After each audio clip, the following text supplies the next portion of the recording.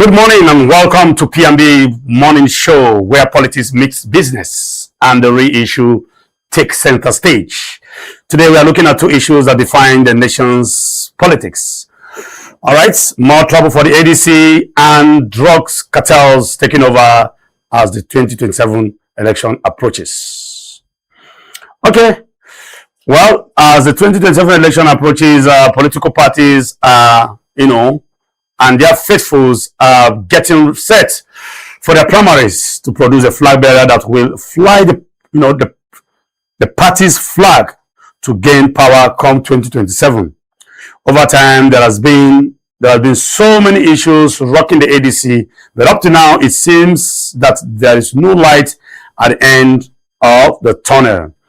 Hearing the recent court judgment yesterday, I beg your pardon, nullifying all processes, declaring, them illegal and taking them, telling them to go back and start afresh. What could be the best option for the ADC? Is there any end in sight to their problems? Who is mostly likely behind the fresh trouble? These are many more we shall be looking at as we progress in today's show. At the same time, away from politics, the fight against drugs and those peddling it is an adventure that has generated global attention. Just recently, NAFDAC recorded huge success in the fight against illicit drugs in Nigeria, with specific references to cartels dealing on these killer hard drugs, which has ravaged our teeming youths, and the trade seems to be taken over by the markets, as we have seen in the high rates of consumption by the youths. All right, today and this morning we're going to connect the dots between leadership, accountability, and delivery, because in the end, governance is not just about winning elections, but it's also about making life better. Stay with us. We shall be back to look at what the newspapers have for us. I am Chidi Kenneth, and as usual, I have my co-presenter here and co-host, Mr. Ibrahim Shaibu. Good morning, sir. Morning, Mr. CK. Morning, viewers. All right, Mr. Ibrahim, while we are waiting, by 8 o'clock, we shall be joined by Madam Nikki. Exactly. But before then, how was your night? Fine, thank you. Today is Thursday and you're whitish today. Yes. And you say you always like white. Not always, but I love wearing white. All right, I can see that ADC is at it again. Another court judgment. Honestly, it's not just recently we invited one of the former or the state ADC chairman. It's said because their tenure is ending very soon, and in a few months' time. So we can't refer to him as former actually. Well, this is the court judgment they have been waiting for to hear. So the court decided that their 4-year tenure is still subsisting. So right now they are back to power. Exactly. Because initially they were elected to serve 4-year tenure as state Congress, as state committees. When the David Mark leadership came in, they were shifted away from their positions, and the David Mark leadership took affairs of the party. Okay, and then here we have drug cartels, coming back again to, give us some serious problems. We must commend the administration of Brigadier General Buba Marwa. Yes, retired. What he's doing with the NDLEA is very, very amazing and very, very exciting. There are remarkable improvements in arrest and seizures of drug cartels and illicit drugs across Nigeria. Okay. Wherever the guy happens to be, he always performs excellently. As a governor, he performed well, and even as drug. This is the second time he is being appointed as an NDLEA boss. Okay, let's go to the newspaper review now, and we shall be right back. We're going on a short break, and when we return, we'll go straight to the newspaper review. This is P&B Morning Show here in the city of Abuja. Please stay tuned. Welcome back. This is P&B Morning Show here in the city of Abuja. My name is T. Kenneth Chidi, and as usual, I have with me my colleague and co-host, Mr. Ibrahim Shaibu. Good morning once again, Mr. Ibrahim. Morning once again, Mr. CK. Mr. Ibrahim, we're about to dive into the newspaper this morning to check what we have on the radio and the newspaper headlines. I hope, as usual, we are not going to see killings as usual. Of course. And by the grace of yesterday, we didn't see any killings. We did. We did. Killings? Of course. Few selected states, 8-3, something like that. We did yesterday. But it was only one paper that carried it. Okay. Yes, it was only one paper that carried it. All right, let's see the first newspaper we have for today. The Guardian. Atiku, Tinubu trade blame as US moves to tighten oversight on Nigeria. Atiku, Tinubu trade blame as US moves to tighten oversight on Nigeria. So it's like the US and even other Western countries are highly they are very interested in what happens in 2027 elections. Yes, Atiku exactly. And Tinubu trade blames on, the US seems to be conducting an oversight. I think this political oversight, if I may speak. Okay, and what that means is that probably we're likely going to have a seamless election where everything might most likely be free and fair. But because oversight function, but if you want to know, the interest of the Western countries does not really signify whether we'll have a seamless, because them too are only interested in protecting their interests. Who serves them well? Serves them well? At least now we don't even know who their preferred candidate is between. So are you saying they are likely, allegedly transactional? Of course. Okay. Of course. Okay, we have this, at the top there, we have Tinubu removes NMDRPRCO. It's a subsidiary of the NNPC in public interest and nominates Umar. Tinubu removes NMDPRA CEO in public interest and nominates Umar. There are a lot of crises within the NNPC because when you look at what happens in the oil industry actually, yes, there's need to reshuffle. The NNPC is due to be unbundled. Honestly speaking. And reshuffled, as it were, because a lot is going on there. We don't know, but we hope that with the new introduction of Mr. Umar, there will be light at the end of the tunnel. Okay. Oh, please. We have court grants federal government's plea for witness protection, accelerates trial of suspects. Okay. Court grants federal government's plea for witness protection, accelerates trial of suspects. Fear over oil glut as NLPCL increases crude prices across grades. Fear over oil glut as NNPCL increases crude prices across grades. So the higher the crude price, the higher the prices of the refined petroleum product across the country. We hope not. The fact that very soon we'll witness another hike in transportation fare, and with that increase in price of all commodities. Well, we hope which not. Means another tightness in the neck of Nigerians. We hope not. We hope not. We hope that fear remains just fear. It's not reality. Okay, we just hope so and pray, and God will help us, because already the situation is biting. 1,350, 1,400 per liter. In some cases, 1,500 in some parts of Nigeria. The fear is already realistic in the sense that there have been increase in the price of the crude oil. It's not that they are contemplating increasing. They have already increased the crude oil price. Okay, 2027, Tinubu backs Hamzat for Lagos APC Guba ticket. You can see the picture there. All right, Tinubu is also interested in who becomes the governor of Lagos State as well. Naturally, of course. Ever since he became the governor of Lagos State, Mr. President has always had a tight grip on Lagos. Even before he became president, he has always been interested in who becomes governor of Lagos State. He is the kingmaker, of course. Okay, let's see how it goes. ADC faces existential test as today's Supreme Court verdict shapes 2027. Which means yesterday's Supreme Court verdict shapes 2027 prospects. Well, ADC faces existential tests as today's Supreme Court verdict. Existential test means like something like a death threat. Then they cease to exist. I'm telling you. In other words, yeah. Well, let's see how it goes. But some might argue with you that this whole thing is, has the ability to, to sprout up some form of, protest here and there, people concerned, because it's like every political party is having one issue or the other.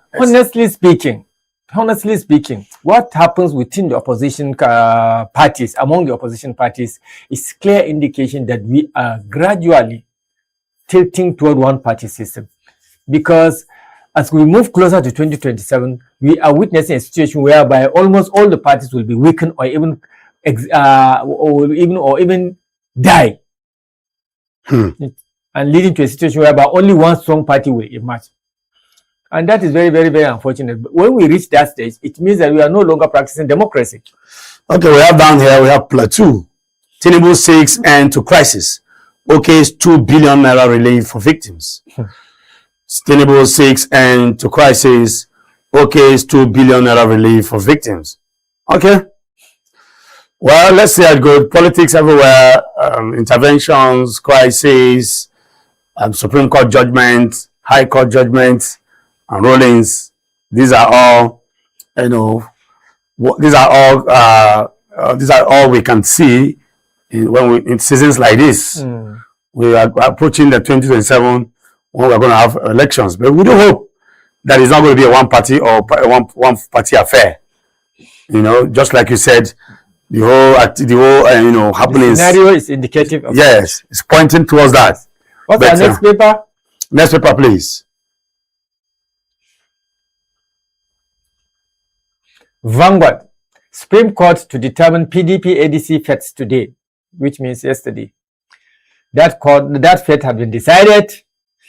Particularly in the ADC, we know that the David Mark-led National Working Committee is no longer steering the ship in the ADC. Yes, as of yesterday. On 4 appeals, lower court bars INEC from recognizing. Yes, so we the David Mark-led faction. Yeah, that is the High Court. Congress's Mark leadership hijack plot has collapsed, says Kachuku. Interesting time. We are living in interesting times. Yes. Honestly speaking. Well, politics everywhere, like I said earlier on. Very, very exciting and confusing political stewardship these few days. Well, like we say, let's see how it ends. We will study the ruling and take action, says Bolaji Abdullahi. That is the outgoing secretary, is this a publicity secretary of the ADC? Yes. We will study the ruling and take action. Yes. Well, lawyers and CSO. In as much as I want to commend the ADC for their resilience and fight, but I hope they should understand that time is ticking. Exactly. Because if this back and forth continues, what that means is that we might end up seeing they may not be able to succeed or fuel the candidate before 2027. They have other options, but anyway, this will form part of this morning's discussion. They have options. In some of our discussions here, we mentioned the possible scenarios that will happen, that may likely happen. So they have options. We have at least almost 6 to 7 months left for the election. More than 6 now. More than 6, and they are a formidable group. Therefore, they may likely easily regroup. They have the experiences, they have the capacity to regroup. Yeah, so they have options. Okay. So an interesting right there, how we uncovered plot to overthrow Tinubu. Wow. Can you zoom it up a bit? Zoom it up a bit. How we uncovered plot to overthrow Tinubu, Army tells court. Okay, I think they are referring to the previous coup attempt. Yes. Which is now waiting for the trial to take place, which we are now waiting for the trial to take place. You will see this story on page 8 of the Vanguard. I made Daniel governor, says Senator Abiodun. I made Daniel governor. Senator Abiodun. Godfathers are speaking now. Your claim is insulting to voters, says Daniel.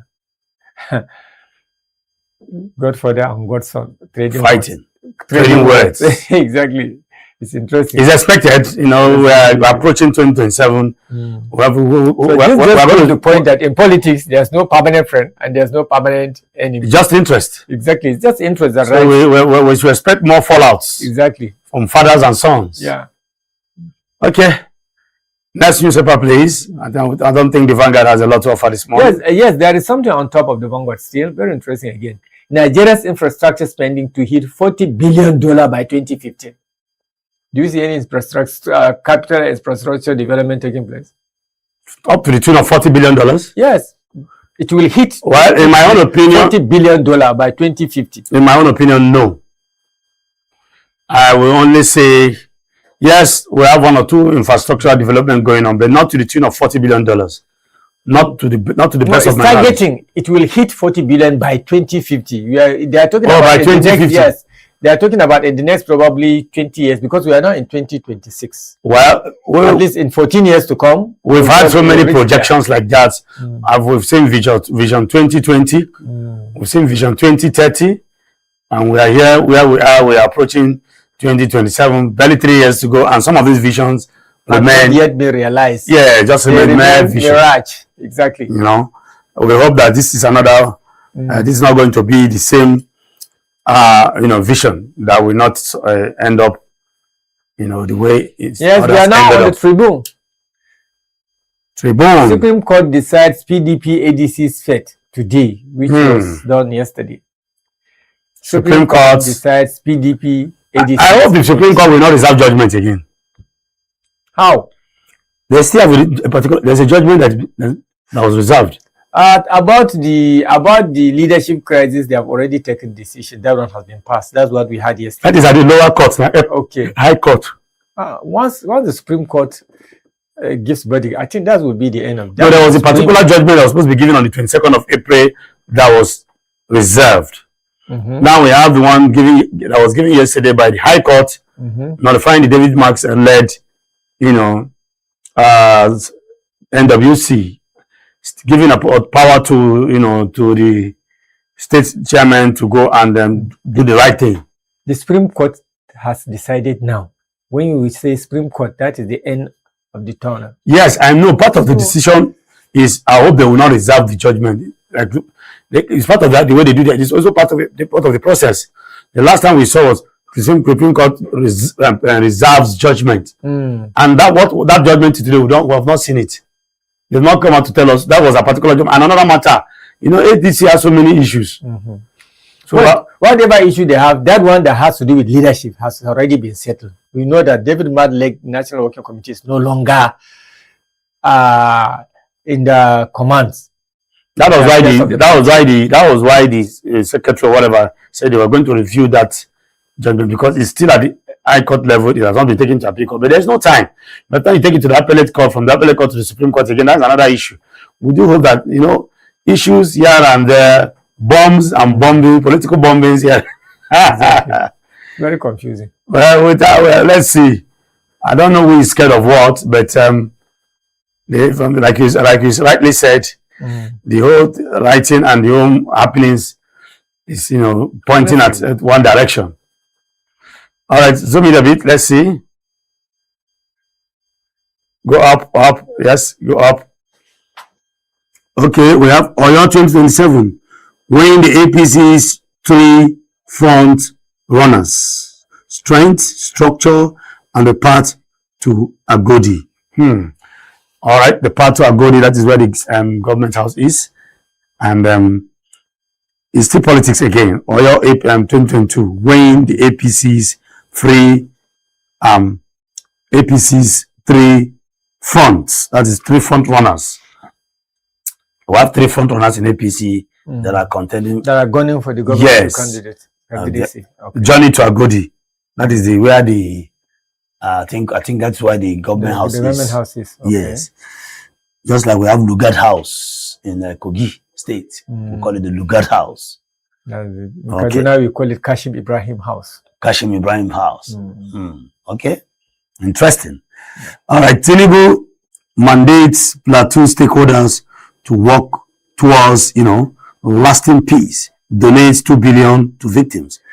So Tinubu is, is still interested, and the president is still showing some concern over the issues that happened in Jos. That is the Agwang Bakoba killings. And it's also calling for people to work together and then see how they can bring about lasting peace in Plateau State. We have Dangote refineries, jet fuel, exports exports rise sharply as World Bank, IMF face criticism over East Africa refinery debts. Dangote is now, the price of Dangote's jet fuel has, risen a bit. Okay. That's what we're seeing here. And the World Bank faces criticism over East African refinery, debates. I beg your pardon. Okay. Let's move it up a bit. This issue of fuel hike is one that scares us as citizens, because already the situation is biting, Mr. Ibrahim. Definitely. People no longer go to work. People stay at home. Honestly. In fact, I saw a student who told me that he doesn't go to school. That he's now doing online school. That he had lecture 9 o'clock in the morning. Things are beginning to change just as a result of one commodity. Nigeria is gradually becoming a static country. Nothing moves, honestly speaking. Nothing moves. Okay.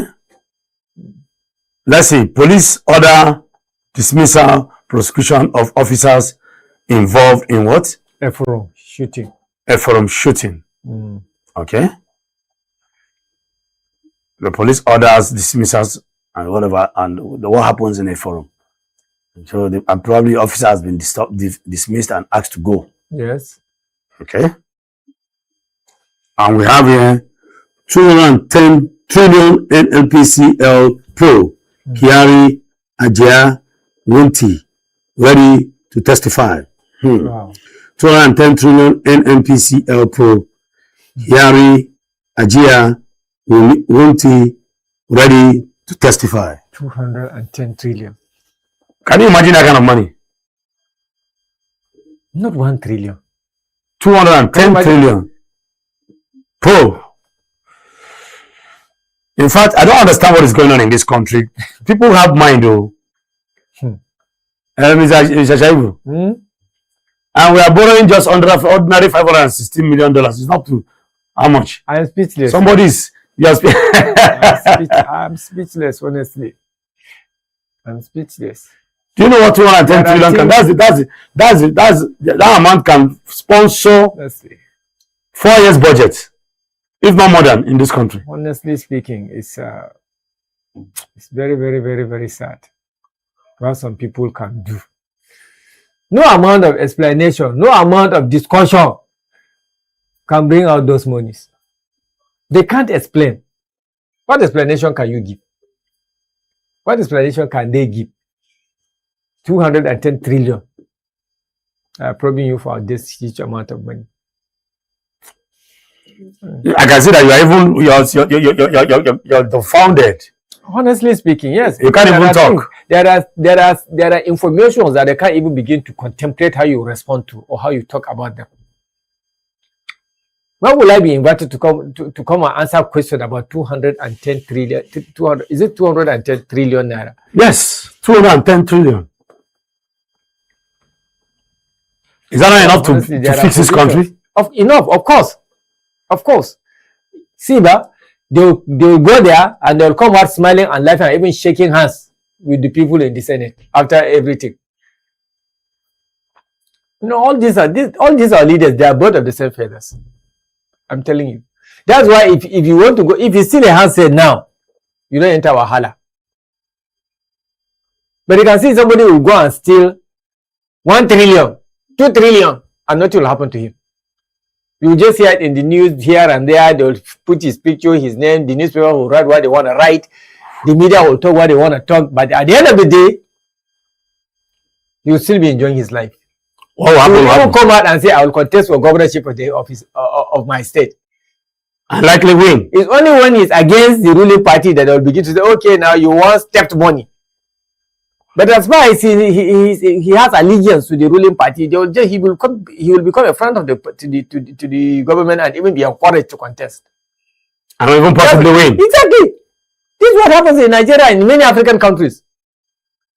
You do whatever nonsense you want to do, but as long as the government you are a friend to the government, you'll be okay. You'll be good to go.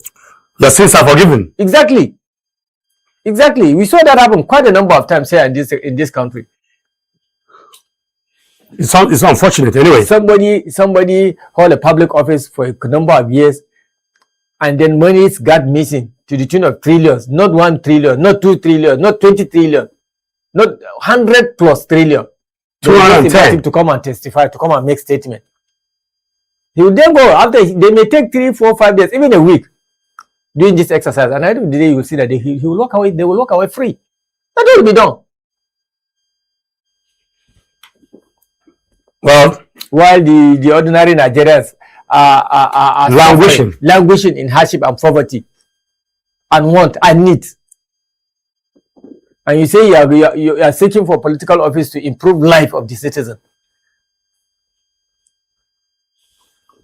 Okay. I think there's a subheader under that. A Senate does what? Let's see. Can you bring it up, please? Committee gives Ojulari fresh May 13 ultimatum. Risk arrest. Okay. 2027. Tinubu endorses Hamzat as GAC visit Villa and ready for the rest. Lagos Deputy Governor. Senate approves Tinubu's $516.3 million loan for Sokoto Badagry Superhighway. Continue to approve. Well, it is expected. They continue to approve. I told you now. But just yesterday, I think was it yesterday or yesterday, the House of Rep, the Green Chamber approved, and now we are seeing the Senate approved. But the automatic tickets have not been approved. Whatever you are doing, you have to go and seek the blessing of the government. But I want to wonder why the speedy approval for loans. Why the speedy approval for loans? Oh. Nobody is breaking it down to tell us what and what some of these monies will be used. This Senate does not have the capacity to question any request coming from the presidency. They do not, and they cannot even question it. Are you saying that the Senate is a rubber stamp? Tell me one situation whereby they decided to extensively debate on any bill or any request that comes from the presidency. Just tell me one situation or one instance. Mention one. Just mention one. So for me, this is the most complacent Senate I've ever seen in the life of Nigerian politics, democracy. Everything goes. Everything goes for as long as it's coming from the high table. It must pass. No question asked. It doesn't matter what it does to Nigerians. It simply goes. And it's very sad. All right, Tinubu endorses Hamzat as GAG visits the villa. Well, it's sad and so funny seeing some of these things happening right before our eyes. And the annoying thing there is that some of these things, I don't know, some of our leaders just think we citizens, we don't know what's going on. It's just that we're helpless. There's nothing we can do. We can only just say it the way it is and then move on and then hope that God, the hand of God will rest upon this country. Do you know why there's nothing we can do? Why? What we could have done is that's why we elected representatives and senators, so that they will go and act on our behalf. That is the fundamental essence and objective and function of representation. Go there and represent my interest. Do you understand? But is that the case now? All of us cannot go to the Asoro and say, no, we don't want. We can't. Is that the situation now? That's the situation now. Is that what we are getting? Are we getting true representation? No, we are not getting. That's why we can't do anything. We are a very well-knitted, civilized society. So not all of us can go and talk on our behalf. That's why we elected members who will go and now represent our interests. They hardly even go to the constituencies.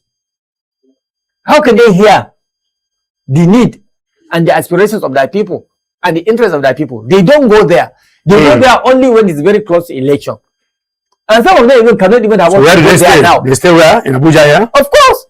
Abuja, Dubai, US, UK, Switzerland, and all those beautiful countries, which they will have made their country to be as fine as those ones that they visit. But they deliberately refuse to do it. I can't understand this line of thinking. You enjoy going to somebody else's country, somebody that develop his country, make life better and easier for their citizens. You yourself, you enjoy going there while you have the resources to make your own country like their own. Wow. You can't attend hospital in your country because you deliberately refuse to improve the hospitals, the medical facilities in your country. You take your children abroad to go to school while you deliberately destroy the educational system in your own country. We don't have representation. 109 senators. Exactly. And add that to the House of Reps members. 374, so? Yes, representing Nigerians. But when they go there, they don't represent Nigeria. They represent the boss, the interest of the boss, whoever the boss is. And it has never been this worse. It has always been the case, but it has never been this worse. At least in the previous Senates, we have seen situations whereby bills and requests have been discussed excessively, debated excessively before approval will be granted or otherwise. But here, all we see is read it, and then approve it. In some cases, it doesn't even read. Exactly. We saw a video looking around where the Deputy Speaker of the House was, asked to read certain, content of a particular bill, but he went ahead and was flipping it and was endorsing it. Honestly speaking, it's very, very, very, very sad and heartbreaking. Honestly. So, we don't know what our country is becoming into, but to be honest with you, it's scary. It's very, very scary. It appears to be a horror? Yes. Okay, zoom it up. Let's see. FHC, that's Federal High Court, notifies parties, congresses, convention, 31 days to end of primaries. All right, Federal High Court notifies parties, congresses, convention, 31 days to end of primaries. Well, there's the timeline for primaries fast approaching. And then here we are, ADC is here to get their foot on the ground. Are we going to see likelihood of ADC being ousted out in this political game?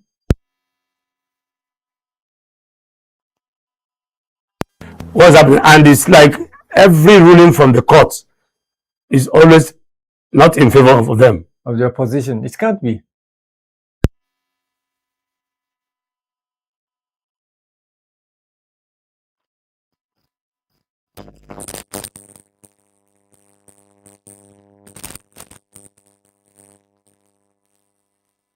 The blueprint is carrying it very boldly this morning. Party primaries. Let discipline moderate your ambition. Shetima tells politicians. Party primaries. Let discipline moderate your ambition. Shetima tells politicians. JAM extends sale of 2026 direct entry forms on May 8th. JAM extends sale of 2026 direct entry forms May 8th. Okay. Any interesting, write that down, the paper.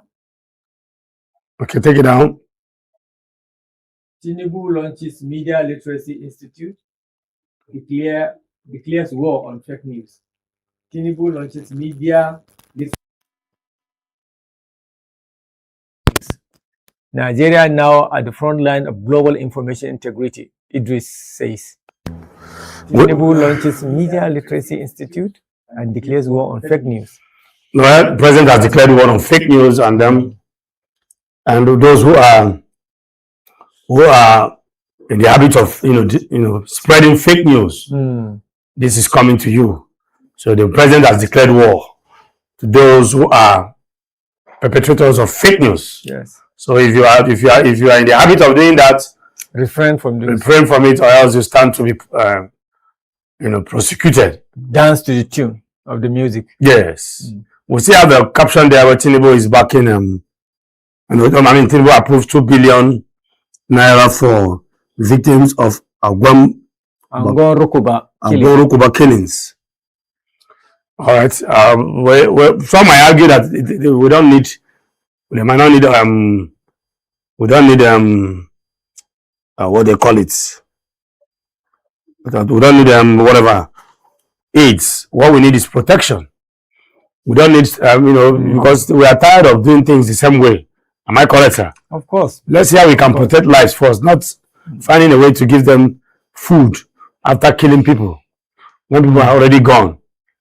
Let's see how we can protect those people. Exactly. Ensure security. Ensure security. And then protect lives and properties of citizens, because that is one of your number one priority, should be the number one priority of every government. So, any other I think there's a rider. NNPCL boss Kyari Aja Wunti appeared before Senate over 210 trillion. That's sad news again. Go and explain. Tell us where the money is. You know, when you look at that 210 trillion and then you look down towards the green line where we have that one woman dies, one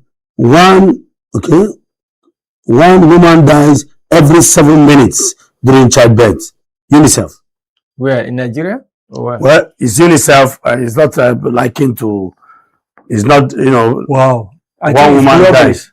Since it's every minute, it's globally. One woman dies every 7 minutes during childbirth due to complications during childbirth. Oh, wow, this news is not something I would like to dwell on because I don't wish that for anybody. Why I anointed Commissioner for Works? Why I anointed Works Commissioner Gubio as my successor, says Governor Zulu. Why I anointed Works Commissioner Gubio my successor, Zulu.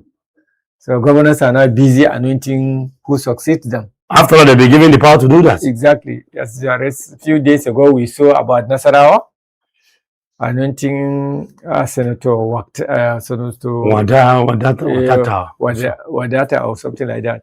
And now Zulum is also anointing his commissioner for works, Gubio. Anointing those candidates, does it translate to votes?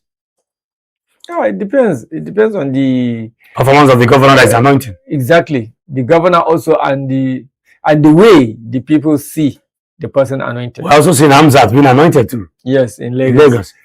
Gubio in the Borno, and then is it Wadata or somebody in Nasarawa? But why should governors do that? And some might also argue, some people might also say that the whole idea probably is to cover their tracks. Of course. What do you expect? Of course. Because this is Nigeria and we are living in interesting times. Next paper, please. Okay, next newspaper, please. The Punch. ADC PDP awaits crucial Supreme Court verdict today. ADC PDP awaits very important, all-important, crucial verdict today. So which was yesterday. It is Gangam today for ADC and PDP. I think it was okay. Today, in our local palace, we say today, not today. Yes. I hope they will not reserve the judgment like the other one, because we already have one in the fridge being reserved, as though they are reserving apples and oranges. Now we are seeing another. Today is another day. So many. Can you zoom it forward, please? Yes. Okay. Apex court ruling may redefine control of party structures. Fresh High Court order restrains INEC on ADC Congress recognition. Okay. This is serious. ADC. We wish them well and pray that they will get out of this. Honestly. Because the drama is becoming too much. This is going to form one of the bases of our discussion this morning. Yeah. We want to know why this problem, what are the unseen hands, what is going on. And it seems to me that it's becoming endless. There's no end to sight, to this whole fight. There's another interesting rider up there, zoning, about zoning. Okay. And the obedience. Zoning splits coalition and obedience what? Obedience demands southern candidate. Zoning splits coalition. Obedience demands southern candidate. But there's a caption that is also that's annoying me here. Yeah. Petrol nears 1,400 naira per liter as Dangote hikes price. Petrol is already 1,400 naira now. Which one are they saying that it's nearest? If Dangote increase the price to 140, when you go to the pump price, that's 1,400. It will go higher on at the pump price. This is Dangote price. Oh, this is Dangote's price. Exactly. Dealers will buy from Dangote at this particular price. Then when they bring it to their filling station, it will definitely grow beyond 140 per liter. That's 1,400. Exactly, 1,400 per liter. Are you getting it? So that and this had to happen because the NNPC has increased the price of crude, and Dangote obtains his crude oil from the NNPC. Although he buys it in naira, but still they increase the price. So naturally, he has to increase the price to cover up for the gap that he will be losing in buying the crude. And we are saying that business is all about profit. You know, before now you were talking about zoning, and that you believe that power should remain in the south until they complete their 8 years before it can return back to the north. Now we are seeing it as one of those major issues, you know, affecting the coalition. That is the ADC and you know, the Turaki-led PDP. You know, now we are seeing that the people that are against that also have their explanation, have their reasons. The people that are against having a southern candidate also have their reasons, because the last calculation I saw, when you do your calculation, you will see that since we started democracy from 1999 to now, the South has led Nigeria more number of years than the North. Okay. This is part of the calculations that those who are against this arrangement are saying. And then the other one, the people that are also supporting Southern candidates based on this gentleman agreement, which seems to be what is stabilizing unity among Nigerians. Do you understand? So I can't just say that my opinion is always supreme, because everybody is entitled to his own opinion. Well, if you look at it, the reason why Jonathan came to power was just a doctrine of necessity. It doesn't matter. It's still I'm coming. And then he also contested. If he had said, okay, now I have finished, if he had refrained from contesting, it would have signaled something else. But the fact that he refused to and still contested and then lost, so that period has to be calculated. No, the one he contested was the way he served. You cannot calculate what he did not win. I'm talking about one. At least he contested. It is the contest. He finished Yaradua's tenure and then contested and served another 4 years. What the North said was that you should have gone, because it is the time for the North to rule. After completing Yaradua's time, because that was the mandate that brought him to power. You understand? And it was the period, it was the time for the North. If he had just gone like that, why do you think do not came together and refuse to allow him to give him their vote? That's just the reason. Not that Jonathan is a very interesting person, is lovable, is naturally a likable person.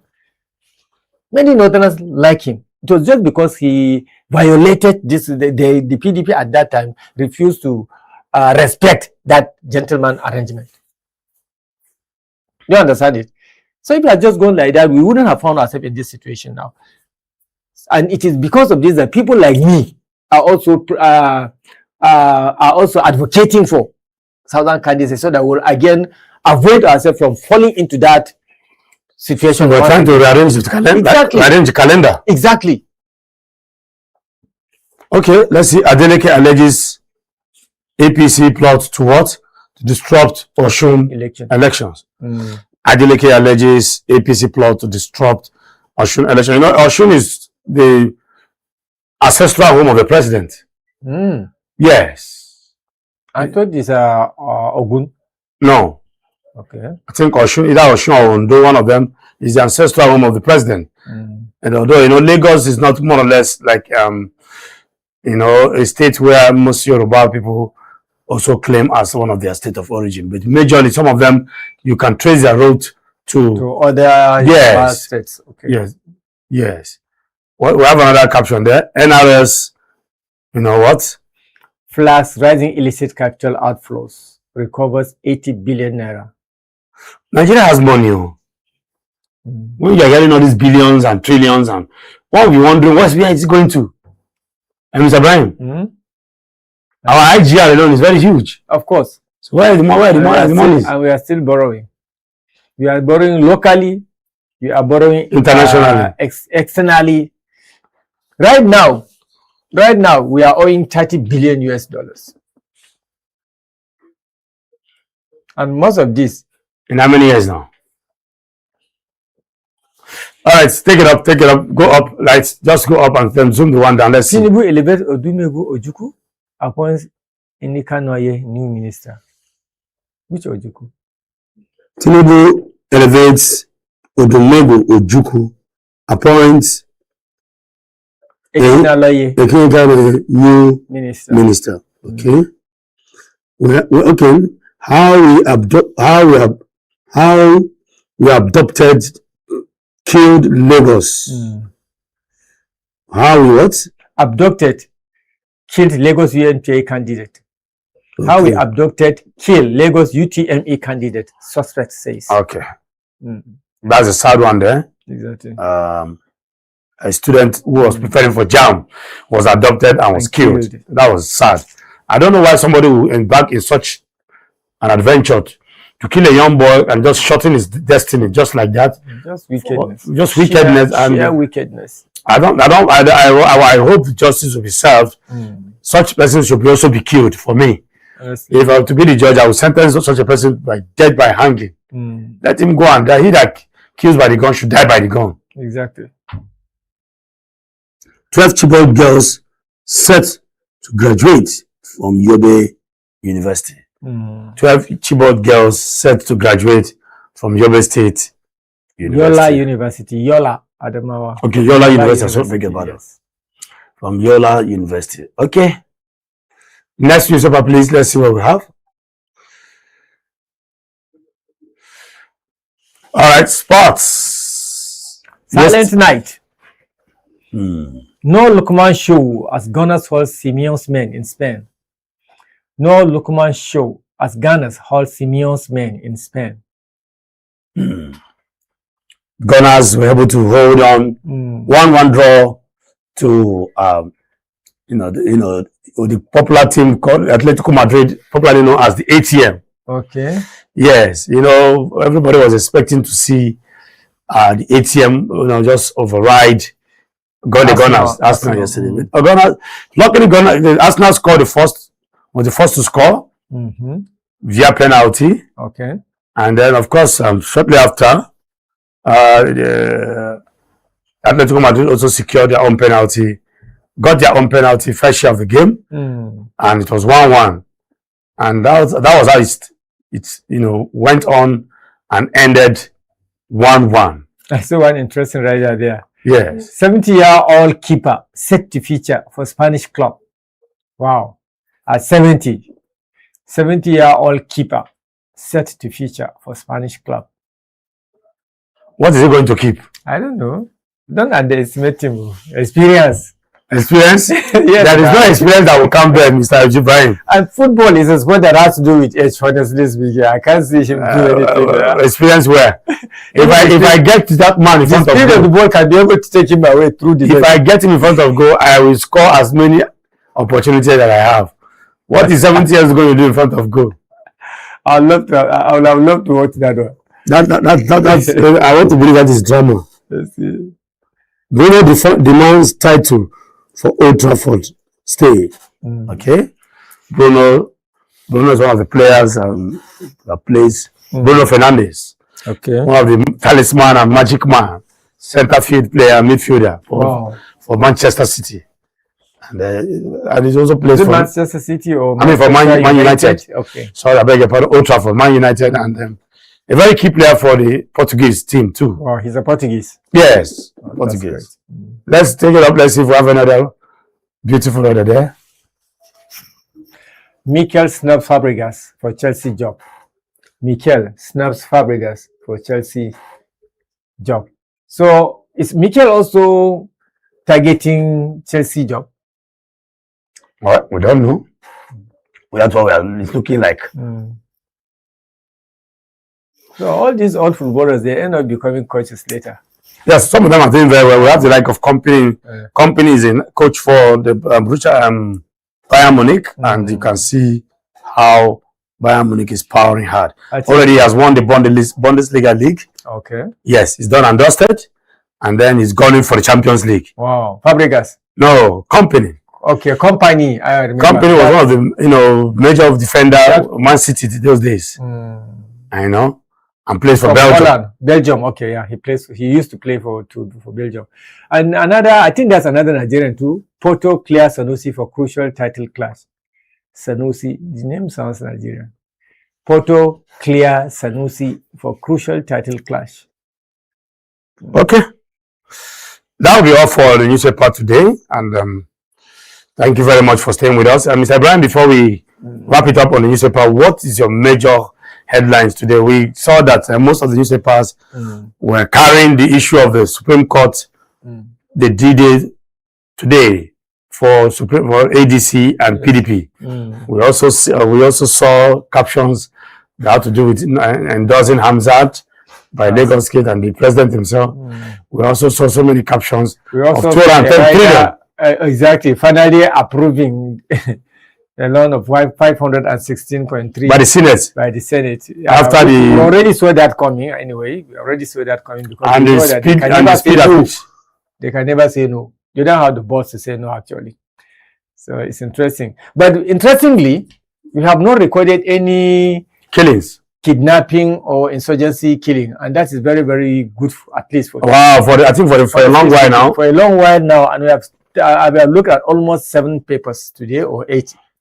No killings. No killings today. Rather, we saw that the president is donating 2 billion naira to victims of Rukuba. Exactly. So at least that is fine for us. That's very, very good, honestly. So at least it's not every day that we wake up to hearing our brothers and sisters getting killed because of insecurity situations.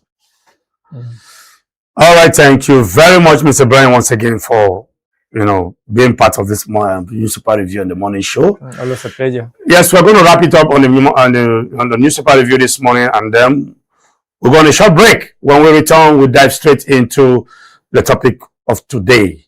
This is morning show here. This is P&B morning show. I beg your pardon, here in the city of Abuja. Stay tuned. We'll be right back after this time out. All right, welcome back. This is P&B morning show here in the city of Abuja. My name is Chidi Kenneth, and I have with me here Mr. Ibrahim Shaibu. Mr. Ibrahim Shaibu, good morning. Morning once again. Yes, just recently there was a ruling by the Federal High Court yesterday stating that the National Working Committee or whatever the David Mark led, yes, should step aside. And then we are seeing that ADC is back to square one again, stating that everybody that is saddled with the responsibility to organize a proper primaries should go back and do so. That's serious. That's the decision of the court, yes. That's the decision of the court. That's serious. So, well, we like to say, I don't know, what do you think? What's your take on that? Well, so many people were actually anticipating that. The decision of the Supreme Court restraining INEC from recognizing any state congress conducted by the David Marks led caretaker committee of the ADC. And then what the court held that the responsibility for conducting such congresses rests with the state committees, the state caretaker committee of the party, not the national leadership. Do you understand? Yes. And there were those ones that have already been made the committee, the state committees, whose mandate was to last for 4 years. But when the leadership of the David Mark came, go ahead, sir. Yes. So the national, however, the court also ruled that the 4-year tenure of the ADC State Working Committee remains valid and substantive, pending the conduct of a properly constituted convention by that state committees. What that did was actually to put the ADC in a very uncomfortable situation, because the state congresses now, they only have less than 2 to 3 months for their annual to finish. And within those 2 to 3 months, I don't think they will be able to conduct those congresses. I don't think so, actually. So that's my opinion. And that will actually disrupt activities within the party. Okay, looking at now we are in the primaries is was scheduled to hold by May. And then, of course, what that means is that ADC might likely not feature any flag bearer. Right, it will be very very difficult. You were here when last month we invited one of the ADC state Congress leaders here. Yes. He told us that they only have about 3 months remaining for their tenure to finish. So and then how can they be able to rally people around across the state and conduct the congresses? You understand what I mean? Yes. So I don't know. I think there may be other options, but for the ADC to be able to field candidate and conduct the congress is very, very difficult, honestly. It is May. Now we are in April. It is May and now we're in April. Before now we saw the issues.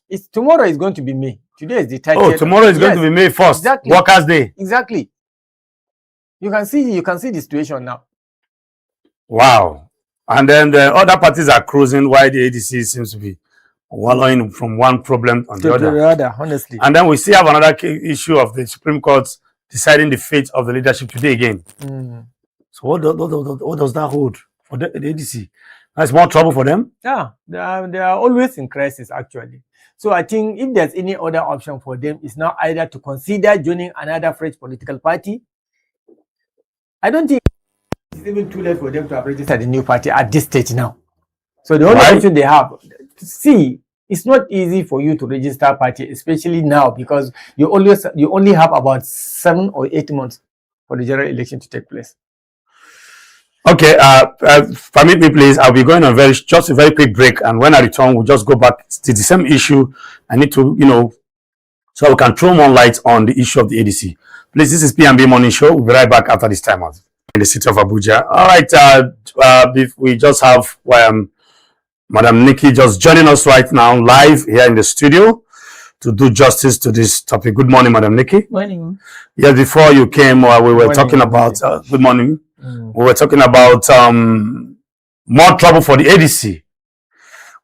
Before now, we've been having issues of the Nafiu Bala, issue. Now, from there, we entered having one Obina, Don Obina, and Co. And now, after then, the ADC went ahead to organize the primary, the convention, and elected their leaders, which brought about David Mark as the substantial chairman and Arebosola as the deputy secretary. But now the High Court has come out to say no.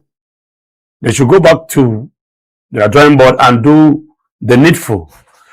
And then there again, we also have another court ruling today that will be decided today by the Supreme Court, to establish the fate between the PDP and this. And it will interest you to know that the Turaki-led faction of the PDP has also merged with ADC, Mr. Brian. Am I correct? Yes. So now, more troubles for ADC. When is this going to likely end? Let's hear your thoughts, Madam Nikki. Okay, well, I just want to read, there's a settled legal position that the internal affairs of political parties are for the parties alone to determine and are beyond the reach of external interference. This was a judgment that was given, and it also says here, Electoral Act 2026, Section 83, Cap 5 says, no court in Nigeria shall entertain jurisdiction over any suit or matter pertaining to the internal affairs of a political party. And it also prescribes fines of tens of millions of naira or more for lawyers who file such cases. Okay, so what we're looking at really, to my mind, these are internal issues. Because first of all, you're talking about leadership. If they have leadership crisis, the only people who can resort to that are those who want to go from one party to another. Okay. For instance, if I contested on the ADC that we're talking about, it happens that I'm now a senator on the platform of the ADC. If there are leadership crises here and there, I have that as a recourse to say, well, I want to port over to such and such a party. But it does not concern the electoral office, the electoral body, because in the first place, monitoring congresses is optional. The act says you may, yes, it says you may be present. It doesn't say compulsorily you must be there. That's a part that they seem to be playing on some people's intelligence. So why the ruling by the Federal High Court? That's what they call if you ask me. There's something you read about the Federal Court. The Federal High Court. Is it in the electoral law or in the Constitution? Is it the electoral law, electoral act? Yes, it's. Let me read it again so we'll know. You're ready for Nigerians to hear. Electoral Act 2026, right? Okay. Section 83, Cap 5.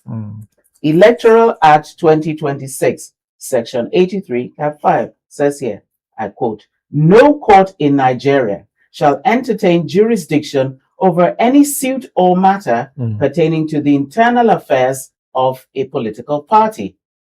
So how does that, you understand? The leadership, who is going to lead, who is not going to lead, does not concern the courts or the electoral body. What the electoral body should be concerned about is whom are they bringing out as the candidate they will feel. That's the person that they will now print, on their ballot papers. That's what should concern them. So if I say, if we're here now and you're the one leading this program, I said, no, I'm the one leading. He says, no, I'm the one leading. It shouldn't concern them. It's for us to resolve it internally. Yes, resolve it internally. And whatever resolution we come to, that's what we let them know. And probably that's why Bolaji is saying that they will study the ruling and then take action.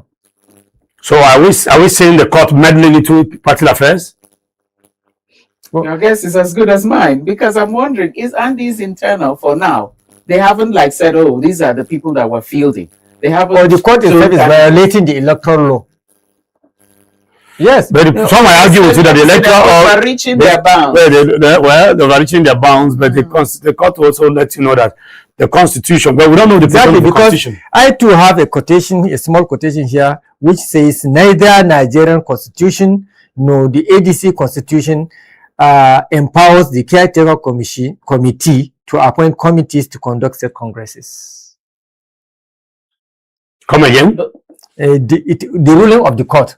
Yes. The court explained, during its ruling, it explained that neither the Nigerian Constitution nor the party's constitution, in this case the ADC's constitution, empowers the caretaker committee or Marx-led National Working Committee to appoint committees to conduct the state congresses. So are we having some conflicting statements? Yes, right. Of course. These are the totally because see, if there's any provision from the electoral law, yes, whatever is in the constitution renders that electoral law null and void, because the constitution is supreme. It's a grand norm. Exactly. So it all depends on that.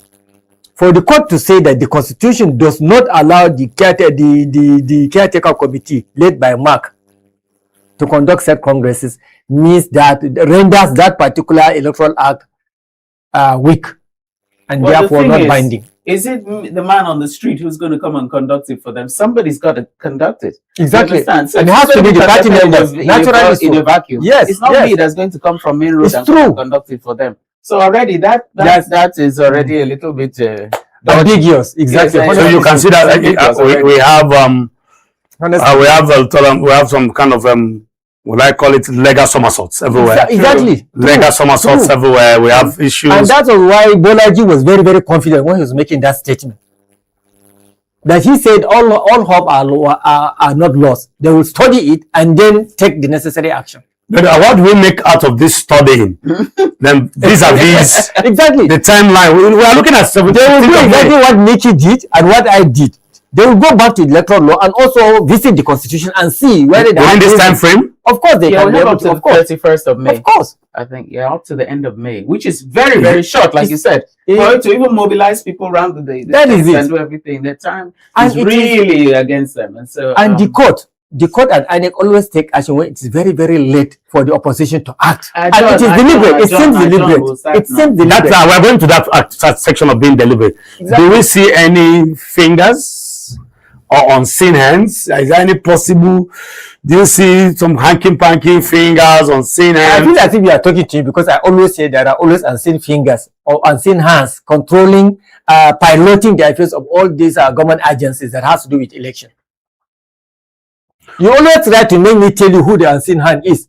I'm not trying to make you see Mr. Brian. I always refrain. No, Mr. Brian. I don't know where you are getting that statement from. Yes. I'm not trying to make you see. You always because there is no smoke without fire. Yes. So you see, just recently we saw that Ahmed moved to PRP, and then all of a sudden another internal issue started up in the PRP again. Yes.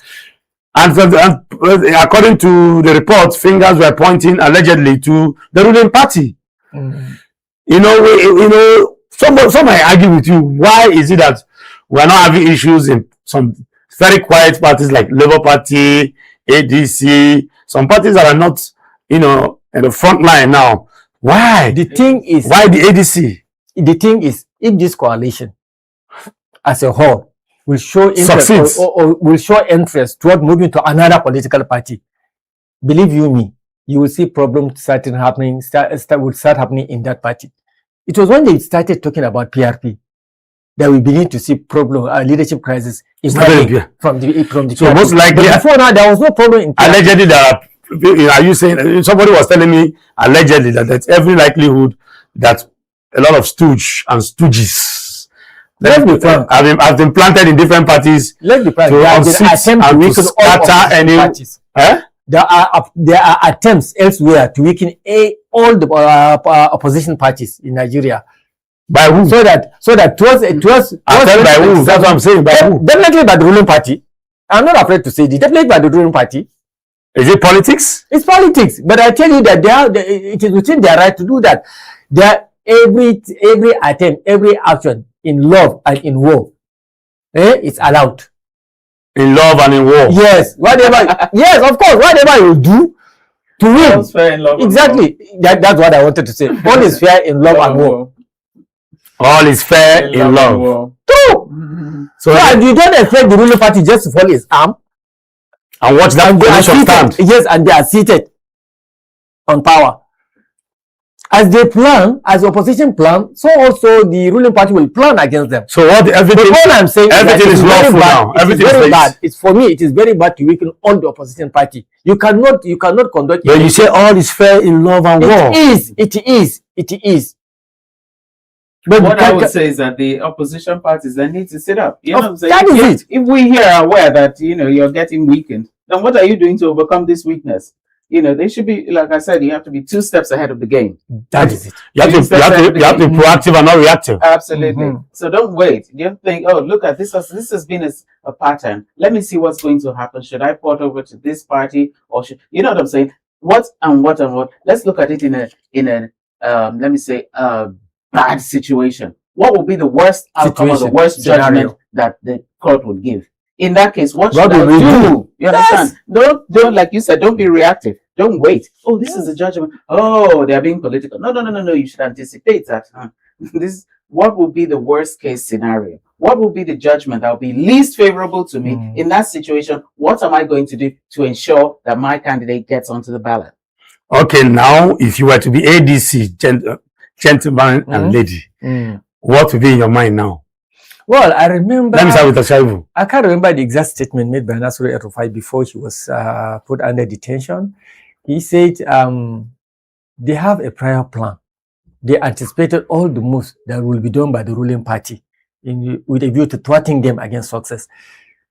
He said that I think one of the plan was that they will register a political party, or I forgot, but there was a plan. And I'm expecting it's about time now they bring out that plan, whatever plan they have. If it is registering a political party, I feel it's rather a little bit too late for doing that, for me. So, except if the plan is to join another new political party, which they did not reveal. And if I'm ADC now, I will not even reveal that party for now. I'll just make sure that my house is united to face whatever challenges coming ahead. And then just close to the election, we'll now join that political party. I think that's the basic move for me to have done. Your take? So I absolutely stand on his position. First of all, I won't reveal any new party. Exactly. And then again, I would, like you said, get things together. It's not for you to say, oh, Mr. X out externally is destabilizing me internally. Can you? Like 3 of us here, no one can destabilize us externally because we're all united here. So, get your acts together first. And like you said, keep your next moves a little bit closer to chess. That is it. A little bit closer to chess, but where you have more than 2 people, don't you think it's not possible to keep things closer to your chest? You're talking about a group of people, and in every group, we always have Judas, stooge. So how close can you keep it? That is one thing we should understand. There are people who are there, not everybody's heart on the same radar or movement. Some have ulterior motives. Yeah. You understand? You know yourself, but you don't know the mind of the other person. Am I correct? And now we are seeing all these things happening. Now, that brings me to this question. We have a judgment that is reserved. That one is pending. And then we have another one going to be decided today. What is the likelihood that the judgment from the Supreme Court today will go in favor of PDP and ADC? Mr. Brian? For me, like I've always said, for me, the chances are slim. Simply because Nigerians are beginning to lose confidence in the neutrality of the court. Honestly speaking. Because you see, just recently we heard that judges had been given gratifications, and then what always sticks to my mind is that collective song they sang for the president when he came to address them. That "On Your Mandate We Stand" song. Judges sang that song? Of course. I think, is it in Lagos Law School or something like that? There was an occasion. Most of these high-level judges were there. He came to address them. And they were singing the song "On Your Mandate." Exactly. So see, because people feel that they have already, the judicial system have been compromised, the electoral institution have been compromised. So I don't think any judgment will end in favor of the opposition for me. And I've always expressed this fear. Okay, Madam Nikki, do you see light at the end of the tunnel? Do you see any judgment going in favor of the ADC? I don't think it should matter. Like I said, whichever political party you're in, look at it in such a way that what is the worst case scenario? What if I get a judgment that's totally unfavorable to me? What should be my next line of action? To me, that's the path to toe. You understand? But like I said, we should be open. Let's see what the judgment will be. Let's not preempt the courts. But like I was saying, if I am going to be at the raw end of the stick, let me look at what would be the outcome, what would be the worst case scenario, and what should be my next line of action. And you need to think quickly because there's no time. All right, because apart from us, away from the courts and ADC, now let's look at the ADC as a group or as a party. Just today, we read of one of the radios on the newspaper, the front newspaper, where the obedience movement is saying that power should be, go back to the south or nothing. That is what they want. And to know so that we've heard that Obi agreed to just do 4 years and then power goes back to the north. But they just want to grab power by all means from the ruling party and then and according to them, stabilize the country and then hand over power to a northern candidate. Madam Mickey, what do you think? Do you think that should happen? That gentlemanly agreement, even though it's not constitutional, do you think that should happen? Well, what I do think is that it's actually a possibility. If for nothing else, we all sat here in Nigeria and said, oh, come on, nobody ever moves out an incumbent. And we're all living witnesses to the fact when the ACN, CPC, parts of APGA all came together and formed the APC. So it is possible. There's no question of you saying, oh, once you get in, but some might argue with you that Jonathan is not Tinubu. It doesn't matter. It's doesn't not Jonathan about is a Jonathan. gentleman. It's not It about doesn't matter. gentleman lineage. It's not about. It's Who about did you know he was a unseating gentleman? an incumbent. Yeah, it's about unseating an incumbent. So what I'm saying is that there's a precedent, so there is a possibility, and it has happened. Not just it can happen, it has happened. But this president has come to tell you that I will contest and I will win. Right. And the other person too is also saying, I will contest and I will win. You understand? It's The a contest. president also If they said, can approach it with that same mentality that this is a contest, not that it's a do or die. If it's not me, it's not presidency. No. If you can approach it with that sense of being a contest. some might argue with you too that, okay, the INEC is of Ametokun, we have the police, he has the judiciary, he has all the, apparatus of power around him. Is it going to be easy? And he is known to be the Jagaban. Let me tell you something. When Buhari defeated Jonathan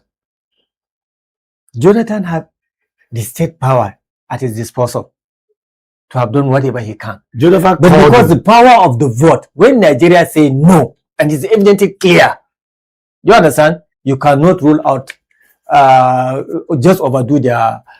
Are you saying that Jonathan does not have what it takes to influence? He did. He did now. He's just a gentleman. That's what I'm saying. If Nigerians elect leaders of their choice, the presidency or the incumbent cannot deny them their right. You can only rig when the tie is very, very close. When the margin is very, very large and it's clear for everybody to see, there's nothing you can do. So what do you see the repeat of that 2027 most likely? It all depends on how the opposition are able to bring themselves together and do the needful.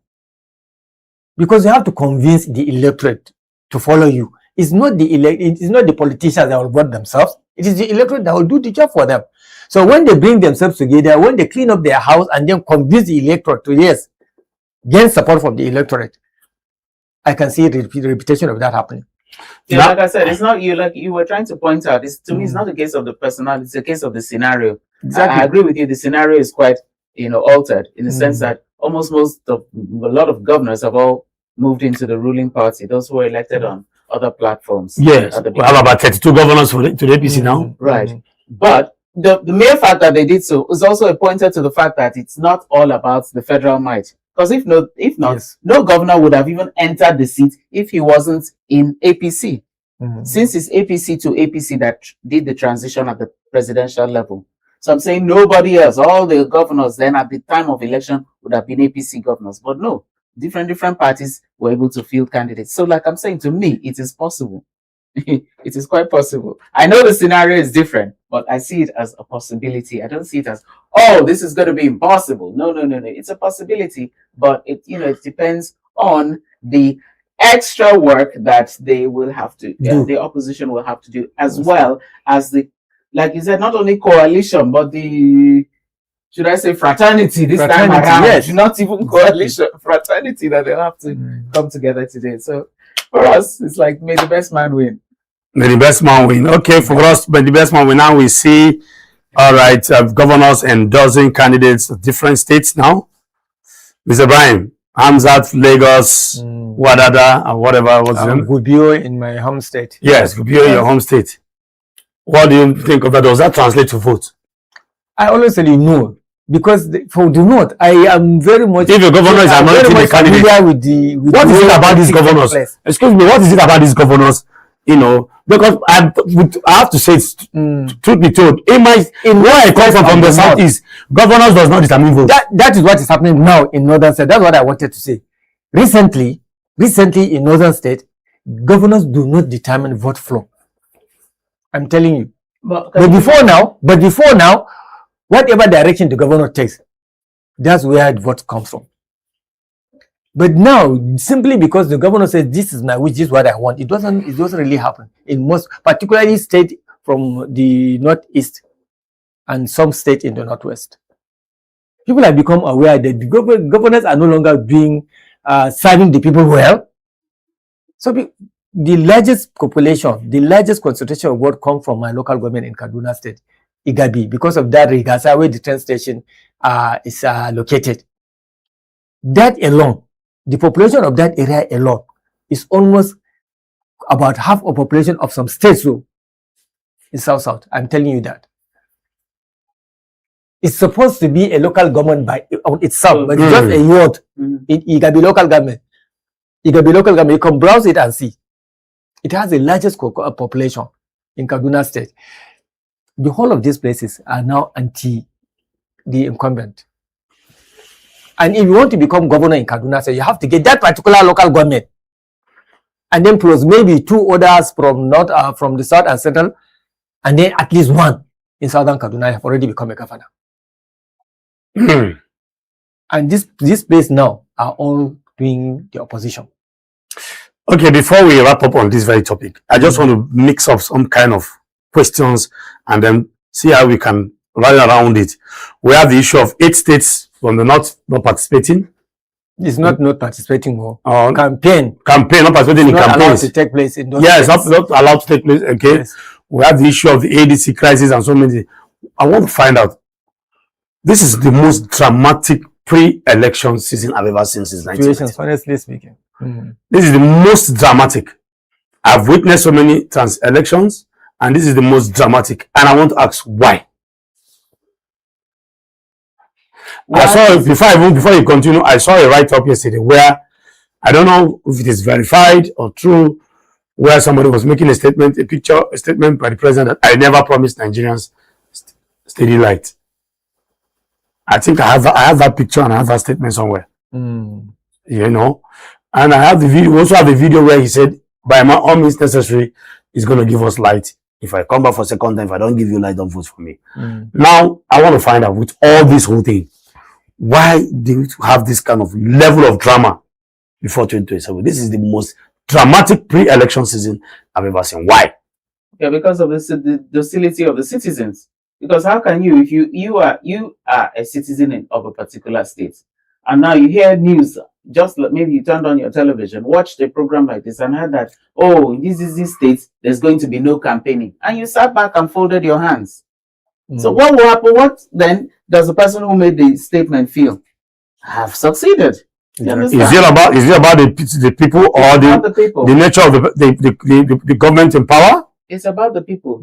Government is for the people and of the people. Mr. Shaibu, do you agree? I don't think I agree. For me, I believe government. The president is the office does not define the president. It is the person that defines the office. It is who you are. Psychologically, psychologically. If they give 3 of us different positions, we are not going to rule the same way. For me, we are experiencing all these things because at all costs, the incumbency want to retain its power, and it's natural. And it's obvious. Yes. But then it's obvious. And then it is also obvious for the ruling party that Nigerians are tired of the administration. Not because they do not like the person ruling, not because they do not like the party. After all, Nigerians are the people that voted that party into power. It's best, like I say, it's just because of the policies. They are going through suffering. They are suffering. They are they are wallowing in poverty in the midst of plenty. They are dying due to insecurity, either due to insurgency or due to banditry or due to crimes. You understand? They are tired not of the person, but of his policies. I used to admire the leadership of this ruling party at the initial stage. But you see later that when I see that the policies they are dishing out is very, very unfriendly to the people, that I parted ways with the administration. So the same with so many Nigerians. And the ruling parties are aware of that. That is why they are doing all these things so that the opposition does not have a platform on which to fly their candidates. Okay. And in Nigeria, we don't have, what do you call it? Is it private candidacy or what? Yeah, independent candidacy. For the opposition to make any impact, they have to fly on a party, on a platform of a party. So all those parties have to be weakened or to be killed. I'm telling you. Weakened or killed. Exactly. At the end of the day, we'll be forced to... Just the day that we have seen in the case of the PDP. One-party system, yes. One of the most powerful. It has happened in some countries. That is why leaders like Paul Biya of Cameroon has stayed in power for almost 3 or 4 decades. You can imagine that. There are smaller parties he sponsors so that it will appear to the world that no, it's not one party system, but the dominant party is just the party on which Paul Biya has always been contesting. And now they end up in a situation whereby the vice president and the minister of defense is his son. Wow. So this is what one family business. Family business. Is that obtainable in Nigeria? I don't know. Okay. Thank you very much, Mr. Ibrahim and Madam Nikki, for doing justice to this very topic. You can see that the drama is so much, too much. Every day, one drama. Every week, so many dramas. And like I said earlier on, this pre-election season is adjudged to be the most dramatic pre-election season I've ever witnessed since the return of democracy in Nigeria. Put me anywhere. And well, some might argue with you that it has to do with the kind of person, the nature of the people in power now, and then which is different from, because when you make reference to Jonathan, so I'm on the streets. Let me tell you the truth. A lot of Nigerians believe that Jagaban is a god. I'm telling you the truth. A lot of Nigerians believe that President Bola Ahmed Tinubu is a god, that nobody can unseat him, nothing can remove him. I am telling you, I apply public transport every day and I engage people deliberately on the political happenings in this country. In a taxi of 6 passengers, 5 will tell you, Oga, forget it. Tinubu is done and dusted, is coming back. No Jupiter can stop him. I am telling you the truth. So, I'm telling you what these opinions like. He did not bring himself. One man told me that a man who got into power, God brought him there. And if the cries of Nigerians is any genuine, and if Nigerians are really suffering and they are pray to God, anything can happen. Anything can happen. And let me tell you something. Nigeria is different from any other country. I'm telling you that. So he may come back, and there's also likelihood that he may not. Well, let's see how it plays out 2027. And I thank you very much once again. And this is where we're going to wrap it up on this very topic, on the more trouble for ADC. We'll go on a short break, and when we return, we'll dive straight into the last topic for today. This is P&B Money Show here in the city of Abuja. Stay tuned. We'll be back after this time out.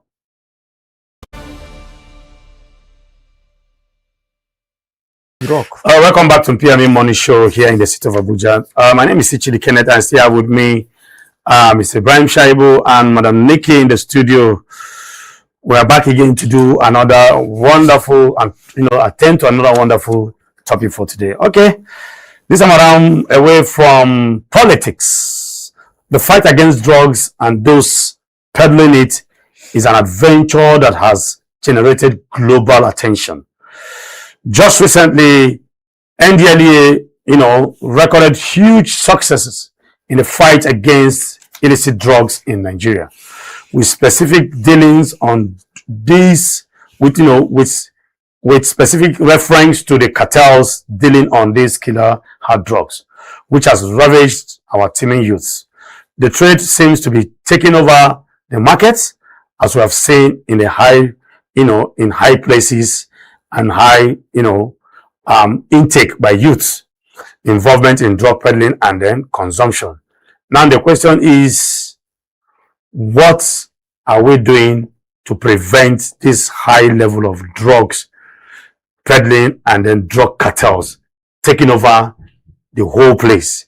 We are seeing drugs, the NDLEA sees about 2 billion naira worth of drugs.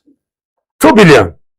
Uncovered a lot of illegal, warehouses dealing on drugs, ranging from ice, ranging from Colorado's, SKs, and the rest of them. However, we need to also commend His Excellency, the retired Brigadier General Abuba Marwa. I think he's been doing his best, and then we need to also commend him for how many years now he's been retained there as the NDLEA. Exactly. Shows that he knows what he's doing. So, Mr. Brown, let me start from you, or should I start from the ladies first? What's your take on this drug? The cartels are taking over. Well, for me, for the cartels to be taking over is another sign of the kind of thing. That's why you notice Nigerians always agitating for change of government. It's not that they hate the person that is there. It's that they hate the outcomes that they're experiencing. Every time we have this reactive system. Instead of proactive. Yes. For instance, how could cartels have taken over? When cartels started, that's the time to nip them in the bud. Nigeria shouldn't be suffering from Boko Haram now, because immediately they raised their ugly head. They would have been nipped right there and then clipped that right out. Kidnapping was never an issue amongst Nigerians. But now, once you're traveling, at the back of your head, you're like, God, please don't allow kidnappers see me today. It's a general prayer. It wouldn't have been that way. So it's also the same thing now. When youth started this interest and drug intake, that would have been the time to stop it. But you notice that here we were handling things with kid gloves. Rather, what was happening is that these cartels were able to take their couriers to go and pretend that they're going for maybe Hajj, carry drugs over to the Holy Land, and it is there now that they would receive capital punishment. Over here, they would be handled with kid gloves. They were enjoying here, but it was over there, places like that were hammering down. Now, if you notice, places like that, drug intake, illicit drugs, cartels are not flourishing, because they know that the government there is very proactive. We catch you if you like, come from Siberia. If you like, come from Nigeria. That's the end. So are you advocating for capital punishment? I am saying we should have been more proactive. Now it has now proliferated. But like you said, the chairman, Marwa, is really doing a very good job. But with the proliferation, how are we going to bring it back to, very minimal levels? And I think one way out of that is by education. Start now to tell younger ones that these and these and these are going to be the effects. So don't think that, oh, that guy is somebody I want to emulate. Just like corruption is now, we now admire the corrupt ones. Let's start now, make the young ones not admire those who are taking drugs. Let's start with education, heavy education. If you've noticed it's more common amongst the boys, okay, go to the male child, begin to put it into his mind. Don't start with that one. Like I said, let's do something that's more proactive. Let's try and do more prevention than we're now doing now, which is reactionary, which is now trying to, cut back on the cartels. That's the way I see it. Mr. Chairman. Well, for me, the drug barons and the drug cartels, just like the politicians, along with the politicians, are the most intelligent and very creative people. The more you're trying to corner them, the more they come out with many new ideas to dodge you. Having said that, I think for me, I can't say the cartels are taking over, because very recently, in the last 5 years, we have made remarkable arrests. And then, for example, between 2021 to 2026, 77,702 drug offenders have been arrested. 128 major drug barons, one that have been declared wanted in so many international countries, internationally, have been arrested in Nigeria. And about 14,847 kilograms of illicit drug have been seized. In Nigeria? In Nigeria, yes. In Nigeria. How many years now? This between 2021 to 2026. Okay, please, can you run through that? Yes. Information. Through the NDLEA, over the last 5 years period, between 2021 to 2026, 77,792 drug offenders have been arrested. Then 128 major, emphasis on major drug barons, have been captured, and then 1,487,000 kilograms of illicit drug have been seized. This is including the recent seizure, of which we are now talking. So this statistics for Nigeria alone? Exactly, for Nigeria alone. 77,000. Exactly. And this shows systematic dismantling of both local and transitional trafficking networks. Nigeria is a transitional state. Right. So many of those drugs pass through Nigeria. Some will remain in Nigeria, but most of it pass through to go to other neighboring African countries. That is why it is very, very difficult to overcome the drug war in Nigeria. It is difficult to fight cartels when the country happens to be a transitional country, when it is a consuming country. The consuming country, that this is the last stage. It will not go out from here. But the transitional state like Nigeria, that they have different, we are connected. We have so many borders. Some will go to Ghana. Some of this drug will transit to Cameroon because of this nature. And then, interestingly also, there have been search on conviction. It is also on record this year. Q1 2026, 974 traffickers have been convicted and 11 major kingpins have been jailed for a total of 254 years. That is because they are internationally wanted criminals, drug traffickers. 11 of them were jailed for the total of 254 years. On average, each one of them is like jailed for maybe 30-something. 30-something. That's 11 of them? 11 of them. Let's do the math and see. Yes. So 11 of them for 254. Yes. I think I have my calculator here. So Nigerians, you can see that 11 kingpin has been jailed for a total of 254 years. Yes. Jail terms. Yes, divided by 11. And these are major kingpins, not small. So each of them will be going for 23 years. 23 years on average. On the average. Do you understand? This is remarkable. Yeah, that is really remarkable because usually we find them really fishing out the curious. Exactly. Those ones are at the bottom end of the trade run. Most of them do not even know who the barons are till they finish that business, and then they never set eyes. Honestly. But the barons, my goodness, these are the ones controlling from, So for you to catch 11, catching 11 is like catching 1 million. Not catching. Jailing, Exactly. prosecuting